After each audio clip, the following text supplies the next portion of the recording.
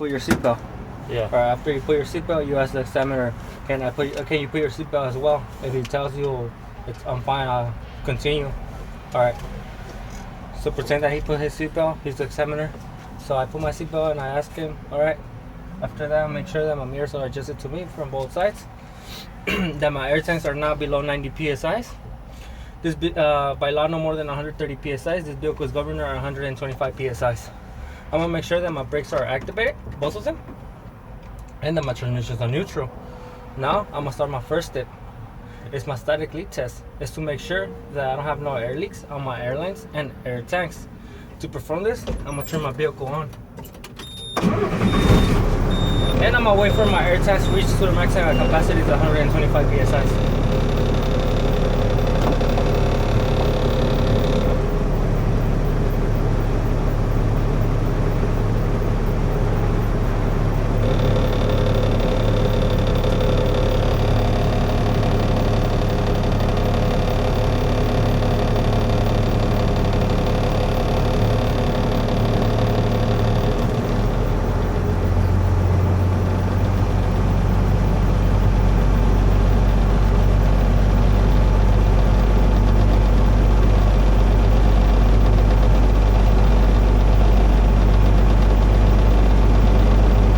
Can you do also the pre-trip inspection for us last time?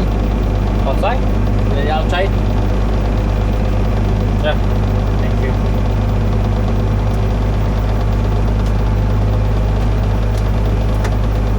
If you're gonna accelerate the truck, ask him if he could do it first. Don't do it. But I'm just doing it so I can raise the air. But you can do that over there? You gotta ask him. If he tells you go ahead, then it's fine. But don't do it like how I did right now. Ask him, I'm like, can I accelerate the car so I could get my air tanks to get race up quicker. All right.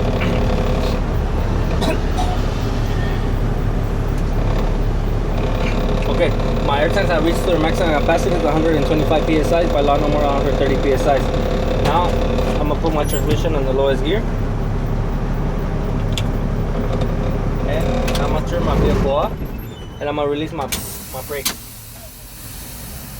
And I'm gonna wait for my needle to stabilize.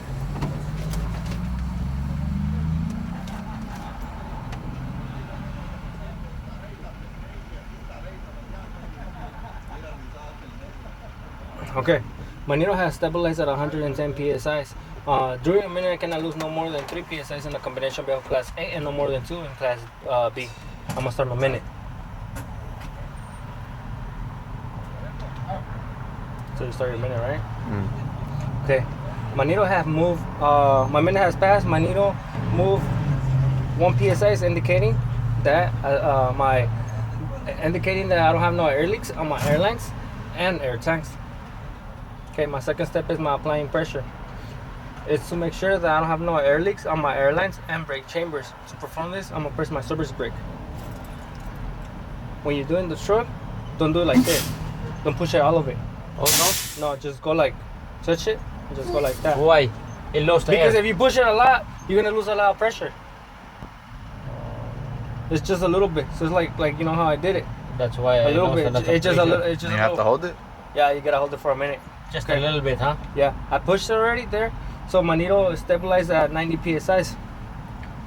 Per minute, I cannot lose no more than 4 psi in a combination vehicle class A and no more than 3 psi in class B. I'm gonna start my minute. So you start your minute. My minute has passed. My needle still remains at a 90 psi, indicating that I don't have no air leaks on my airlines and brake chambers. After you're done explaining everything, you take out your feet. Before, you don't do it, or he could foul you if you take it out before, even though you're doing it right. All right. My third step is my low warning device. Is when my alarm activates. My alarm activates between 55 and 75 psi. To perform this test, I'm gonna turn my switch on. I'm gonna be pressing my service brake to lose pressure.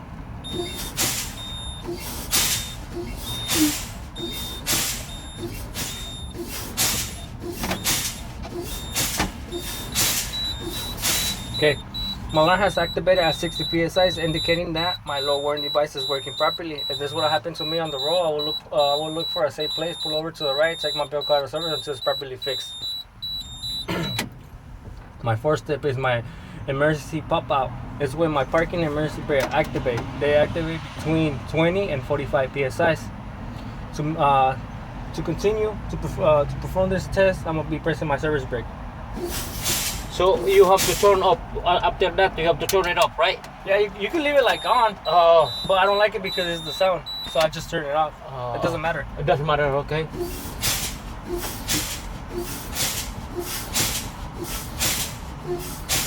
Oh, okay. You can turn it off.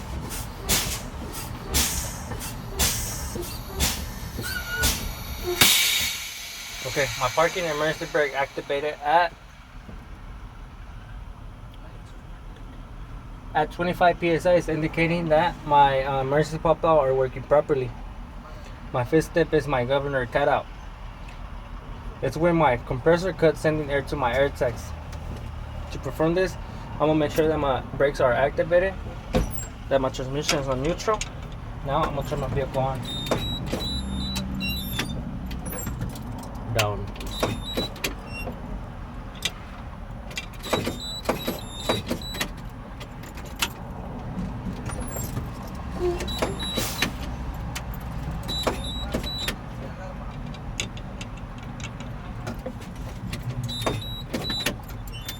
Doesn't work. Anyway, so I'm just gonna say like I know it, even though it doesn't turn on. Alright, so after make sure that my transmission is neutral, that my brakes are activated. My governor cutouts when my compressor cuts sending air to my air tanks. To perform this, I'm gonna turn my vehicle on, and I'm gonna wait for my air tanks to reach their maximum capacity to 125 psi by line no more 130 psi. So you just wait for your air tanks to reach up. After they reach up, your needle is already your governor cut already because it's not moving anymore. That indicates that your governor cut is working properly. No, no prendió. Estaba enseñando la inspección a estos. ¿Y le diste y ya no dio? No. ¿Está en neutro? Sí, está neutro.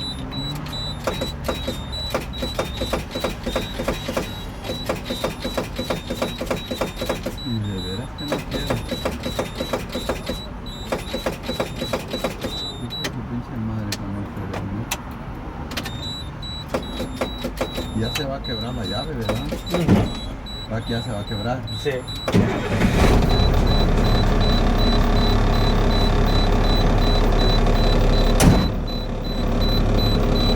So let's start all over from fifth step. Yeah. Okay, I'm gonna go with my fifth step. My fifth step is my governor cutout. It's when my compressor cuts, sending air to my air tanks. To perform this, I'm gonna put my transmission on neutral, and then my brakes, both of them are activated. Now I'm gonna turn my vehicle on, and I'm gonna wait for my air tanks to reach their maximum capacity of 125 psi by law number 130 psi. So I just wait until it reaches.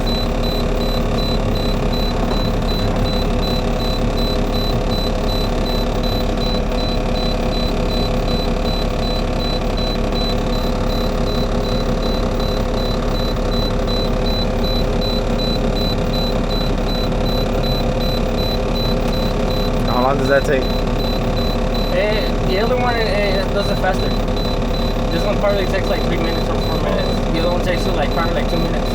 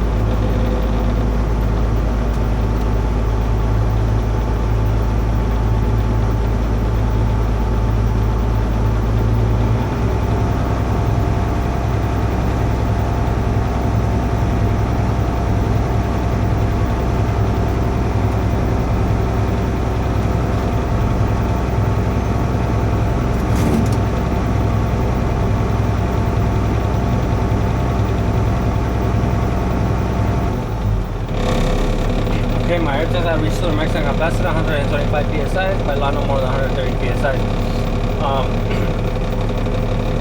My sixth step is my governor cut in. It's when my air tanks filled up again. From this, I'm gonna press my service brake, count 5 seconds. My needle doesn't move to the right. I'm gonna repeat the same procedure. 1001, 1002, 1003, 1004, 1005. My needle didn't move. I'm gonna repeat the same procedure. 1001, 1002, 1003, 1004, 1005. My needle has started moving at 110 psi, indicating that my governor cut in is working properly. My last step is to test my brakes, my parking, emergency, and my service brake. To perform this test, I'm gonna put my transmission at lowest gear. First of all, I'm gonna test my parking brake, so I'm gonna make sure that my parking brake is activated. I'm gonna release my emergency brake. I'm gonna take my feet out of the clutch and my vehicle shouldn't move. Okay. My vehicle didn't move, indicating that my parking brake is working properly. Now I'm gonna activate my emergency brake and disactivate my parking brake to test my emergency brake. And I'm gonna repeat the same procedure.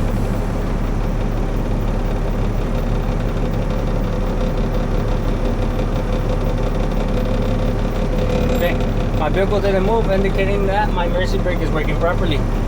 My last brake to test is my service brake. To test my service brake, I'm gonna release both of them. I'm gonna move my vehicle from 3 to 5 feet forward. Get it to 5 feet. Then I should do a complete stop.